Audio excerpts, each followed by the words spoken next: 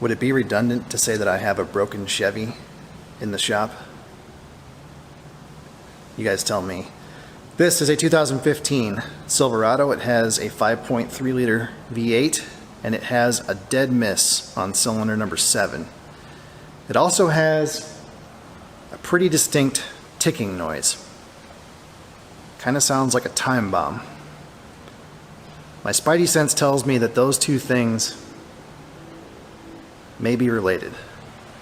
The customer replaced the spark plugs to no avail. I have confirmed that it has spark on number 7. The spark plug is wet, indicating that it has fuel on number 7. And it also has compression. But I think a simple compression test may not be telling us the whole story. So let's get into it, see if we can figure it out. I learned from my last Misfire video that there's a lot of confusion about the cylinder layout. This is a GM. Number 1 cylinder is here at the front left.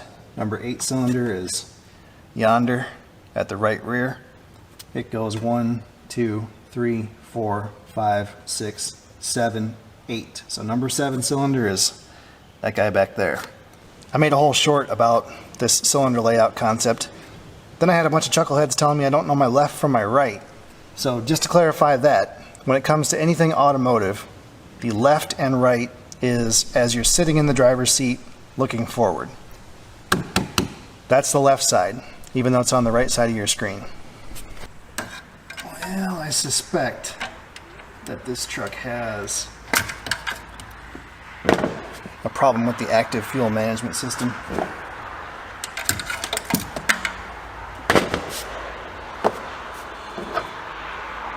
Probably a collapsed lifter. Could be that ticking sound that we hear. Alright, we're going to pull the plug out. Maybe.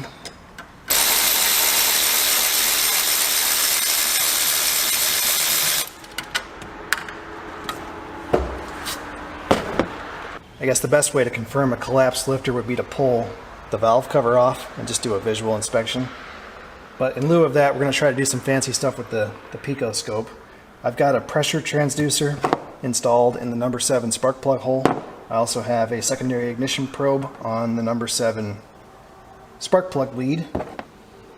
We're going to roll the scope, we'll crank it over in clear flood mode, and we'll just see what we see.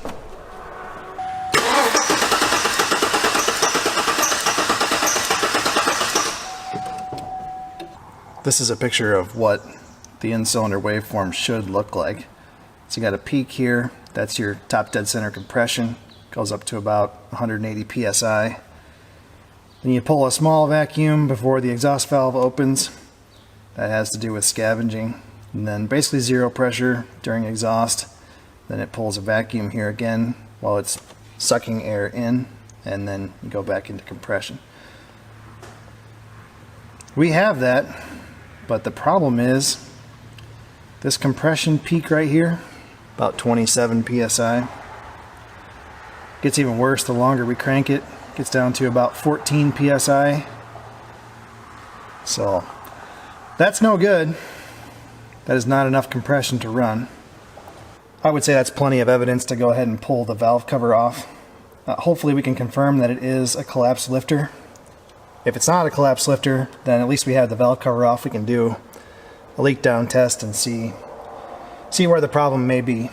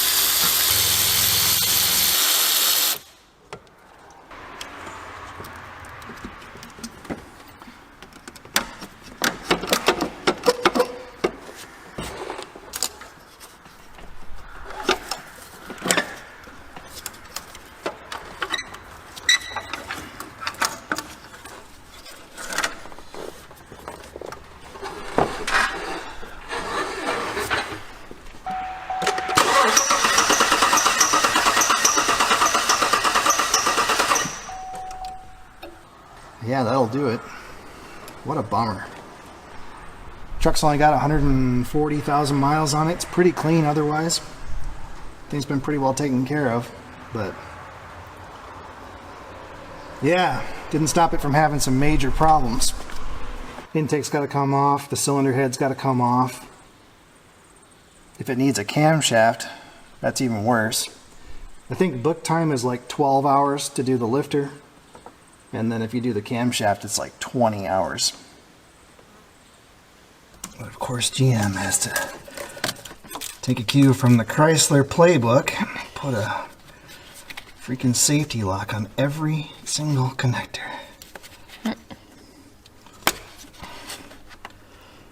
And then they make it so you can't get to that connector.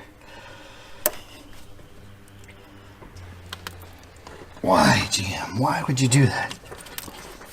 I mean, is there a big, problem with rampant connector self-unplugging?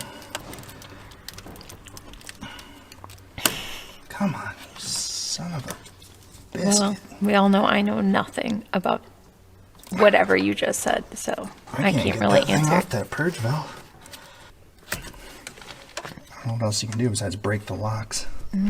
Try not to break the locks. I already broke one. Or poke your finger. Oh, there we go.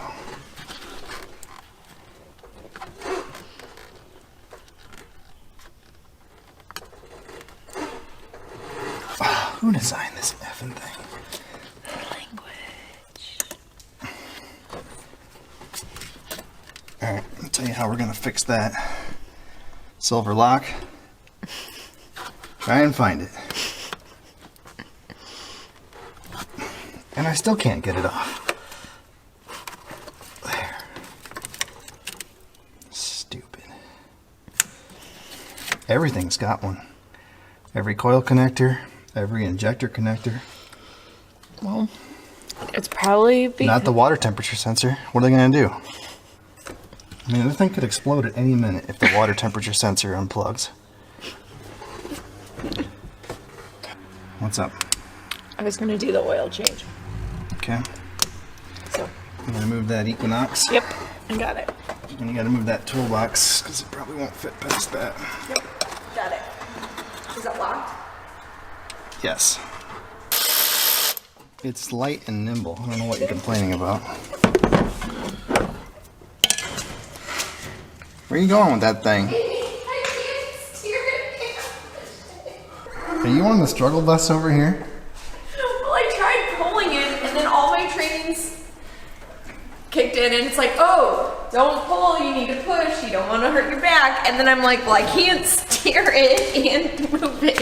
Okay, well, so the question is, where are you going with it? I just was trying to move it like half an inch over, and now I made it like a foot this way instead. It used to be right here.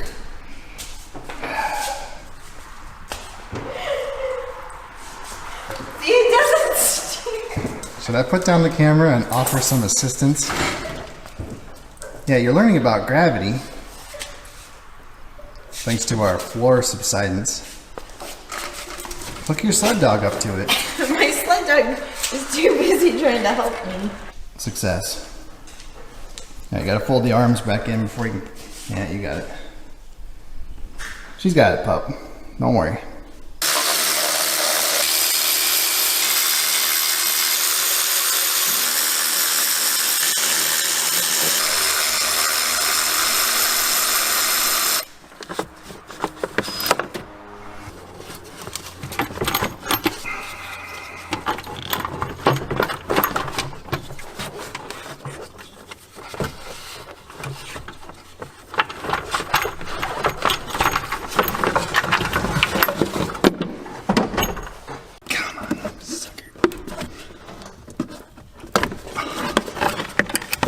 That is the stupidest thing I think I've ever seen.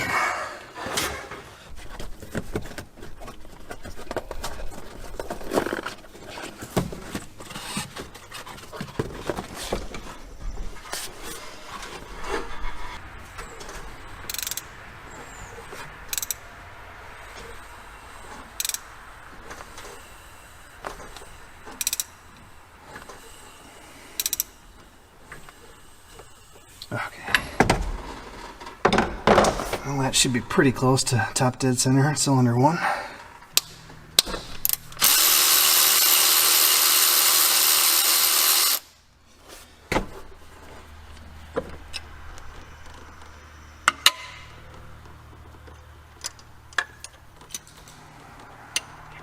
Yes.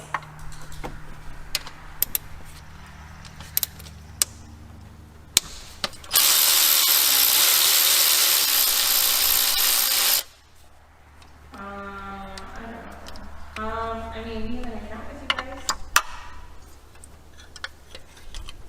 Okay. Oh, no.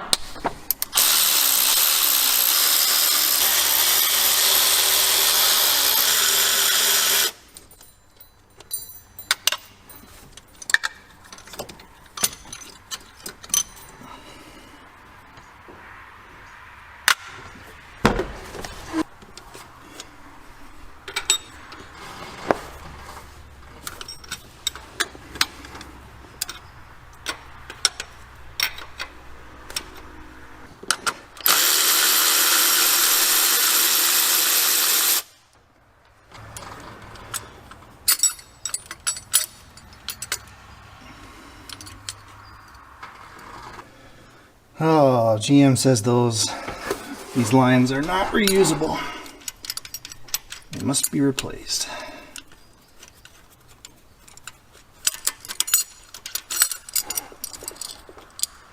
I guess the bubble flare collapses too much, I don't know. Well, if we had some head bolts out, probably get that cylinder head off, couldn't we?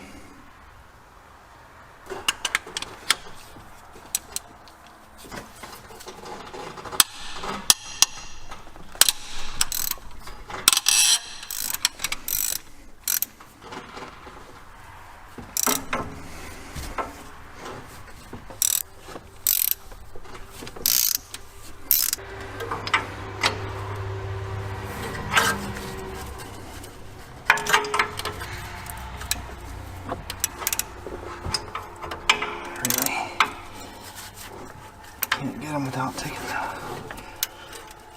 manifold off. That sucks.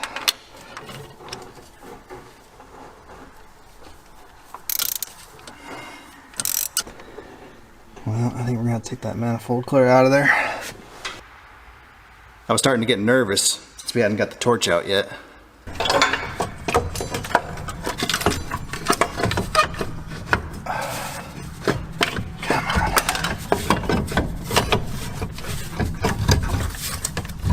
Come on.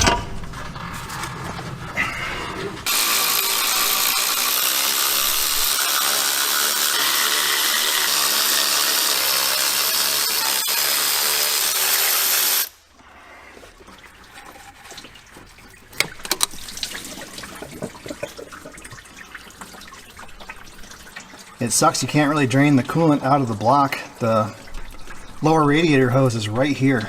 It's actually above the cylinder head.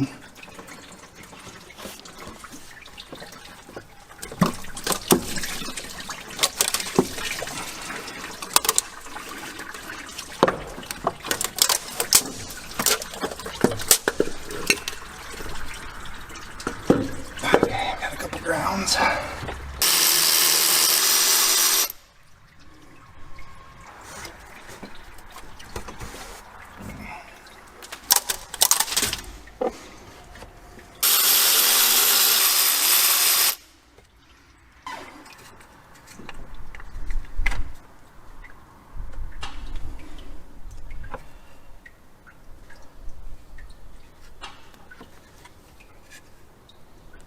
Uh-oh.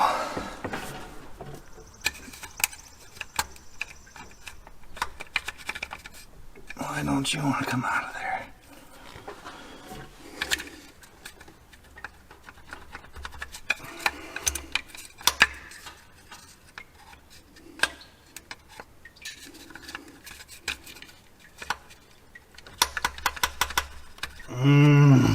Crap. Stand by. Man, that's the loudest fly I've ever heard. All right, time has passed and progress has been made. Well, I'm no expert, but one of these does not look like the others. That right there is the number 7 intake lifter, and it is frozen in a collapsed state. So that is our problem. I think when we last left off, I was trying to yank that guy out. I believe when they collapse, they're designed to expand a little bit so that they don't float around in the bore. And in the bulletin, the service bulletin, GM says just grab it with some vice grips and pry it out of there. So that's what I did. Not a big deal. Really the hardest part of this job is dealing with the injectors. This is a GDI engine, gasoline direct injected. And as part of this procedure, we have to replace this AFM manifold. And to get that off, we have to pull the injectors on the right side head. It is not fun. Those things are wedged down in there. These wells have been filled with salt and corrosion and God knows what. It's borderline easier just to pull the other head than to deal with those injectors. Anyway, this is pretty much cleaned up and ready to go back together. The good news is, other than being collapsed, this lifter is in good shape. The roller is good, the bore is good, and more importantly, the cam journal is good. So if this roller fails, it can chew up the cam, and that basically turns this, let's say $2,500 Misfire into a $6,000 Misfire. We would have to pull the other head, the timing cover, probably the radiator and all the associated stuff in front of that to replace that camshaft. That would not be a fun time. I've got the head, the valve cover, and the exhaust manifold cleaned up. All the gasket surfaces are cleaned. These are ready to install. We also have parts. Right from the GM dealership. There's an injector seal kit, intake manifold gaskets, donut gasket, plastic lifter guides, new head bolts, including the one weird socket head bolt. There's the gasket for the GDI fuel pump, valve cover gasket, head gasket, exhaust manifold gasket. And then the big one is this kind of kit here.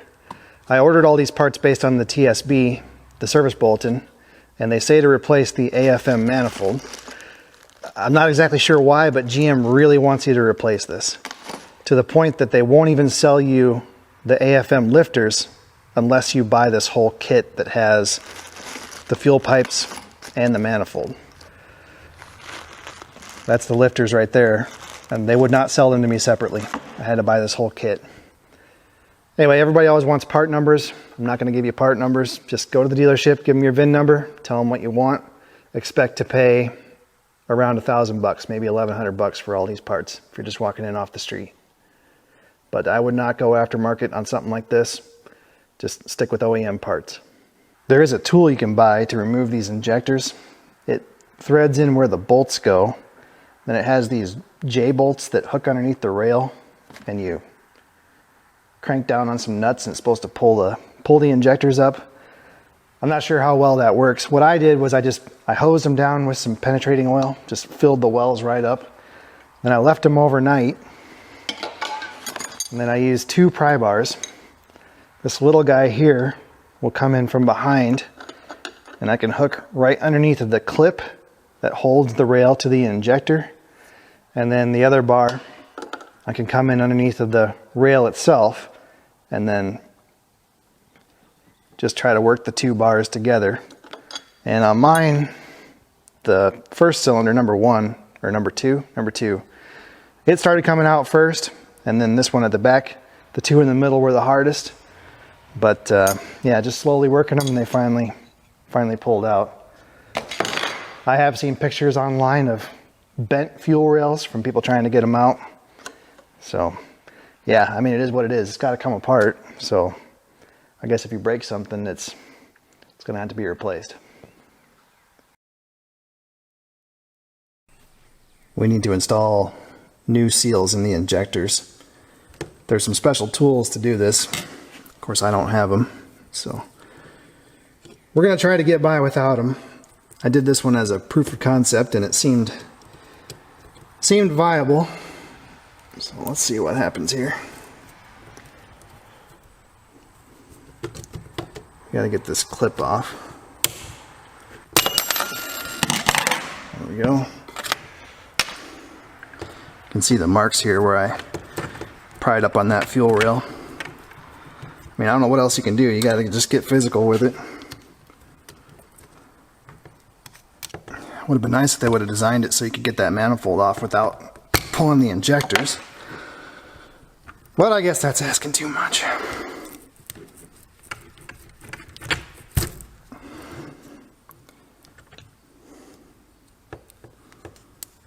Okay, so we got an O-ring and a backup ring.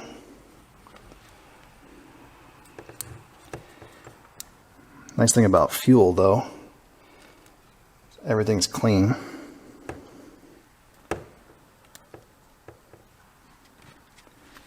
And service data says just use engine oil to lubricate these.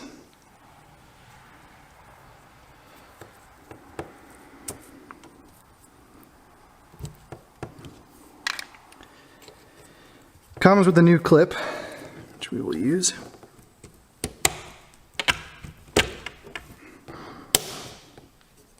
There we go. Just make sure the tab's locked in back here. All right, now the real fun. So there's a dust seal here. Ours did not have the dust seal originally, but it says just to go ahead and install it. Then there's two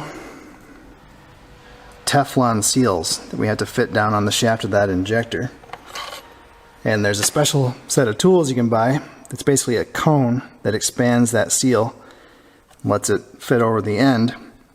And then once it's on, it's kind of stretched and deformed. And there's a special tool to resize it, to squish it back down. We don't have those tools, so what we're going to do is just slip it over the end of a center punch, the seal, and stretch it. And you're not going to tear it. These things are really tough. So stretch it out,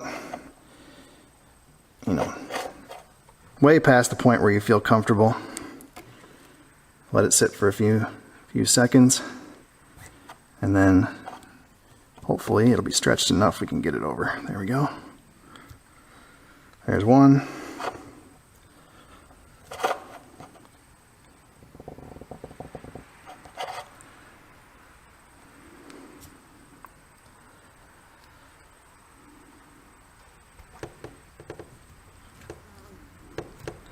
There's two. Okay, now the problem is they're too loose, right? So we have to compress them back down. Just like seals in hydraulic cylinders. If you leave them long enough, they should eventually return to their normal size. But we're going to accelerate the process. There's a piece of fuel line with a hose clamp. Just going to slip it over.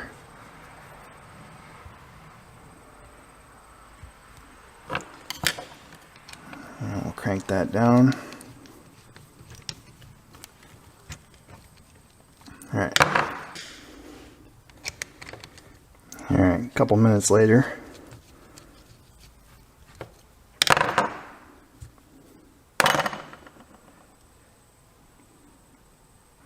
I think that'll work.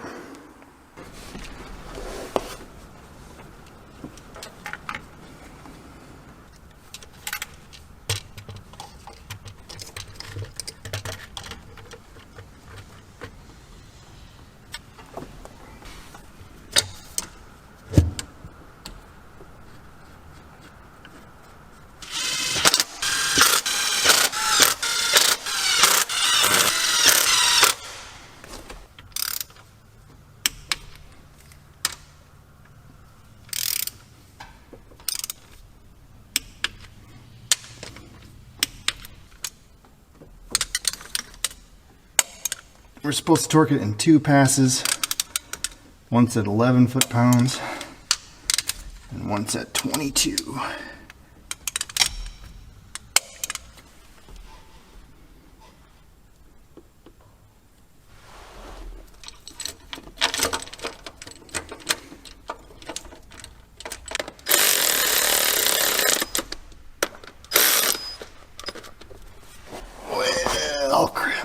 looks like we forgot the bracket.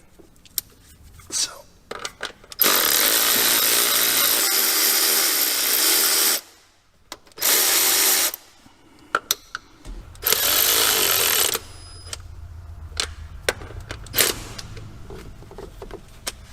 Okay. Torque that to 18 foot-pounds, which isn't very much.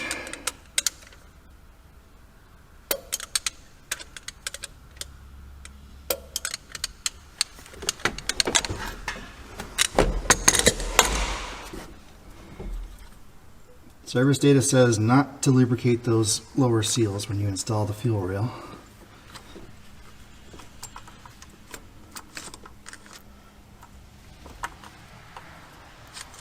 It also says to install the fuel rail the right direction.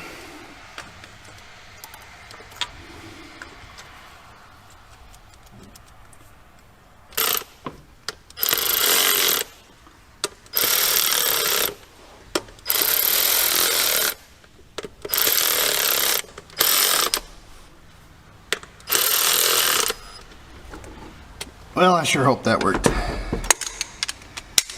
Can't see the seals, so I have no idea if I got that right or not.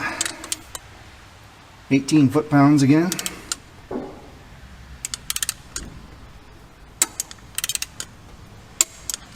And they want you to put Loctite on those bolts.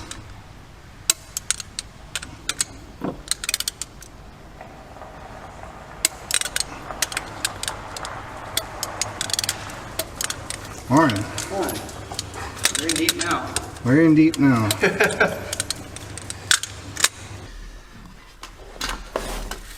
Alright, time for the fun part. So I've got the 2 non-AFM lifters installed in the new guide. Everything's keyed correctly, I believe. So that should just slip right down inside there.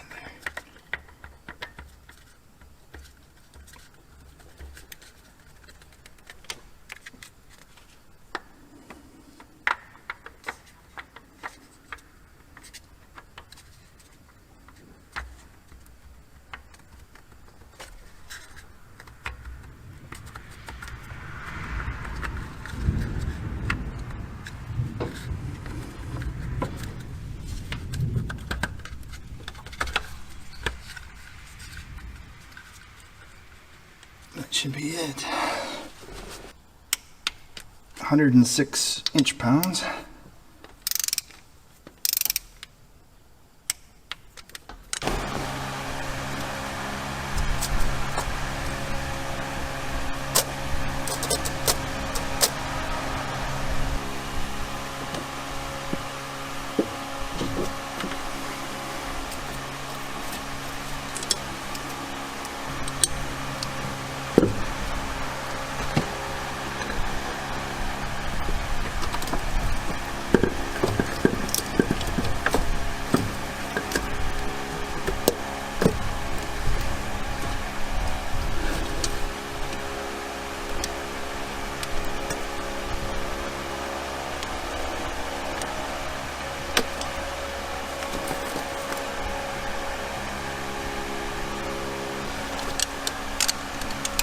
Okay, the sequence is 59 foot-pounds.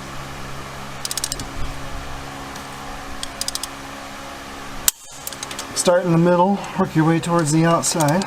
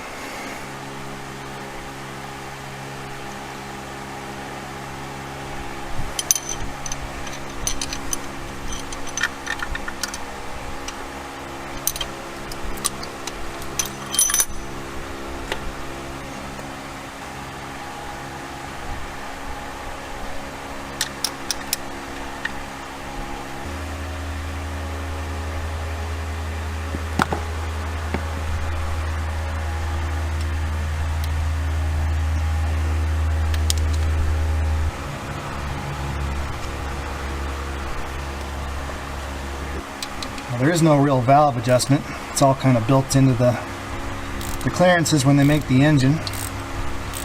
Pretty typical for your modern American engine.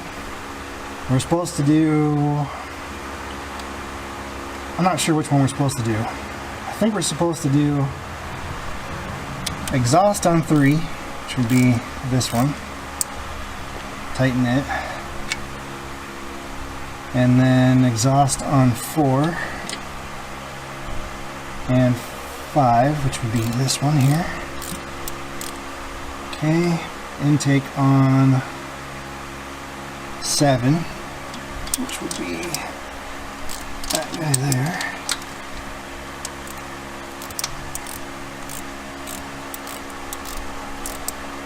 Okay. Now we gotta turn it 180 degrees.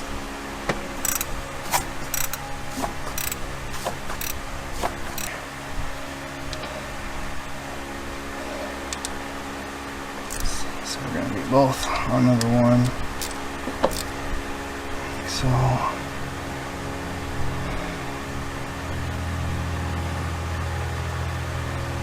intake on 3.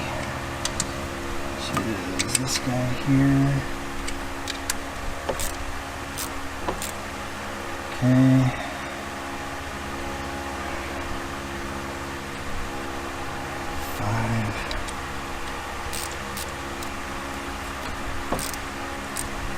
There.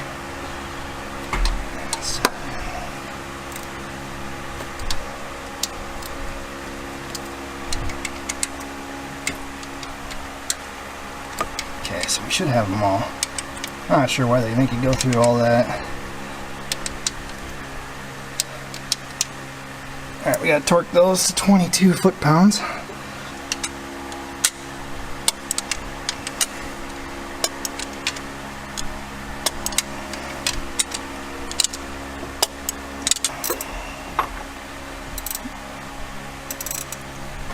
Well, if we've done this correctly, we should have valves moving on every cylinder.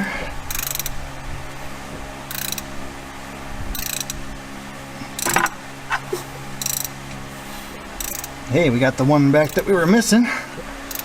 That's good.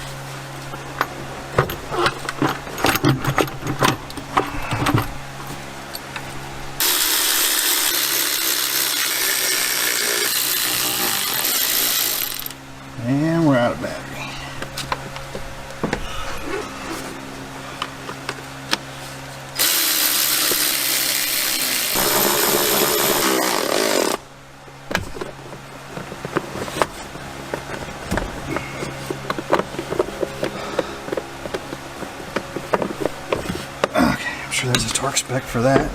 That's what it is. Cross your fingers, folks. I think we're ready to fire it up. Everything's back together except for the inner fender. It's mostly full of coolant. We're gonna run it for a little bit and then I'll go ahead and change the oil, assuming everything's okay.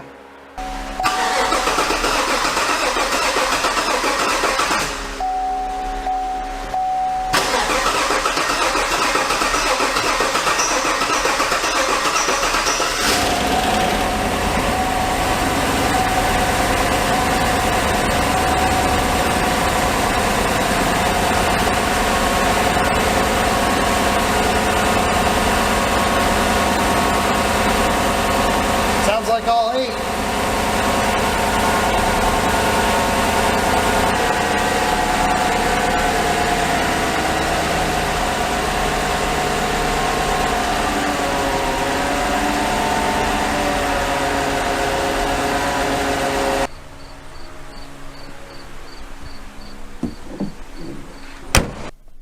Yeah, I left the map sensor unplugged, so let's clear that out. Okay, time for a drive.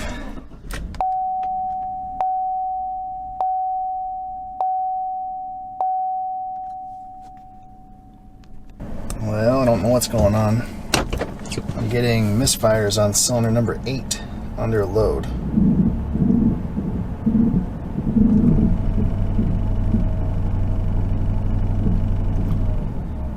I really hope we didn't screw up that injector.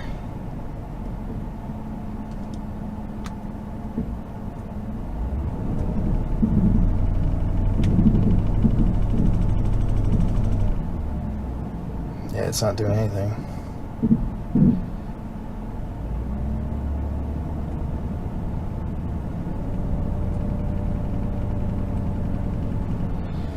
That sucks. Alright, back to the shop.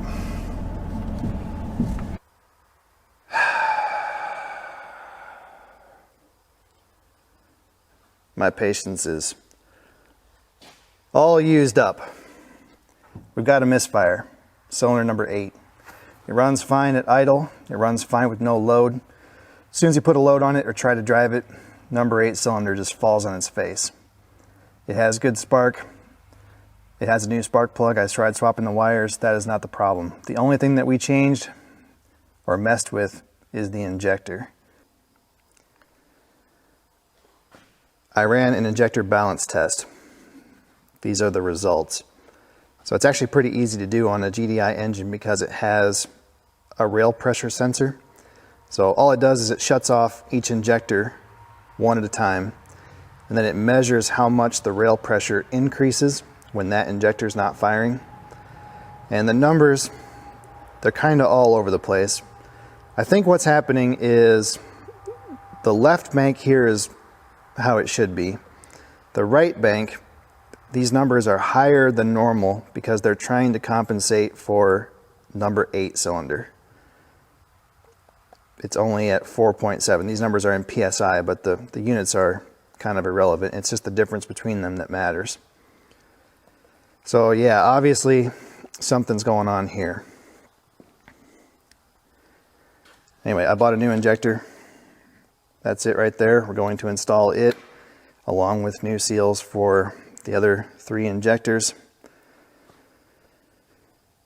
Yeah, let's put it in. Hope for the best. The really crappy part is the fuel lines. These are one-time use. So even though they've only been on there for, let's say, 10 minutes of running, we have to toss them and replace them. And I was able to get one of them, but the other one I could not get through GM. So yeah, let's hope for the best. This is what I was worried about.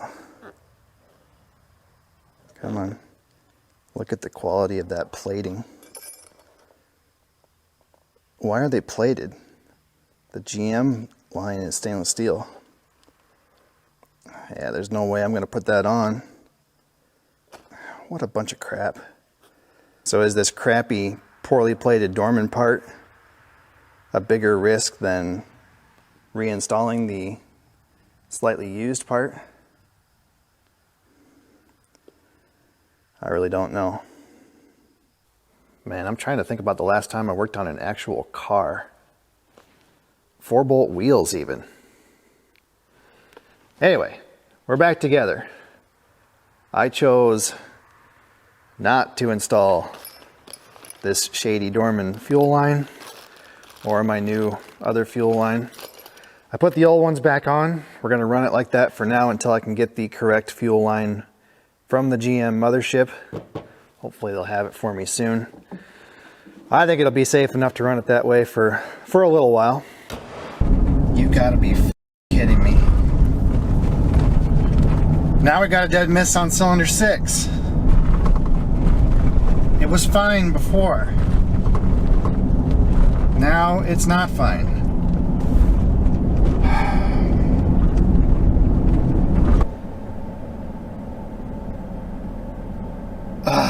If I had the dynamite, I would blow this thing straight to hell. I don't know what to say about this. What am I doing wrong? It's the same as it was with number 8, but now it's on number 6. Runs fine at idle. It's fine under no load or moderate load. You step on it and it just falls apart. I just don't know what to do. Replace all 4 injectors and the rail? Is there something floating around in there that's blocking the injectors? I don't know. I guess we'll go back to the shop, call the customer again, tell him his truck's broken again, and we'll wait for more parts. See, it's fine right now.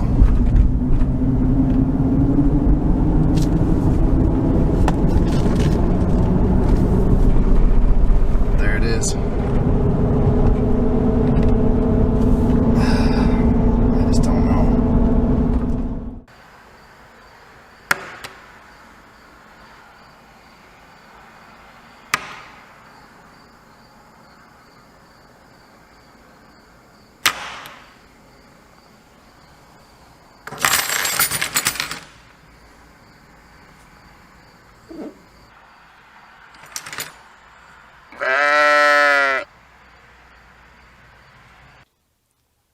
It's fixed. It's done, it's gone, it's out of here. I've had 27 hours to kind of calm down and collect myself. That was not fun. Not even a little bit. Now, if you weren't following along, the initial misfire was on cylinder number 7. That's on bank 1. That was caused by a collapsed lifter. We pulled the head, we replaced the lifter. That really wasn't a problem. The problem is, once we got it back together, we had a new misfire on cylinder number 8. That's on bank 2. And all I can figure is that somehow I damaged the injectors when I pulled them out. I mean, they came out hard, but I thought I was being careful not to bend them or tweak them or do anything crazy, but apparently I was wrong. I replaced the number 8 injector. We took it for a test drive. It seemed to be going well. And then about 2 miles into that test drive, we got a misfire on cylinder number 6. And I was ready to push it off a cliff. Cylinder 6 is also on bank 2. So in the end, I put the parts cannon on full auto and I replaced all 4 injectors on bank 2. I also replaced both of the fuel lines and that did the trick. Yeah, I ended up having to use that crappy Dorman fuel line. I called 6 dealerships within a reasonable driving distance that were supposed to have this fuel line in stock. 3 of them either no longer had it in stock or it was already sold to a customer. The other 3, they either had it already booked for a job or they just refused to sell it to me because they don't know when they're going to be able to get one. So the parts guy at the last dealership, he told me they use the Dorman part all the time because they don't know when they're going to be able to get them from GM. So what I ended up doing was just taking some very fine sandpaper and polishing this flared end just to get those whatever they were, pits out of the plating. And I was pretty happy with it when I got done, so that wasn't that big of a deal. Yeah, I guess all's well that ends well. We'll put that into our knowledge bank, our bank of very hard-earned knowledge. If the injectors come out hard, plan on replacing them. I don't know if I bent them or tweaked them or did something to the coil electronically. I really have no idea. But yeah, they're no good. Okay, that's it, folks. Thanks for watching, and I'll see you next time.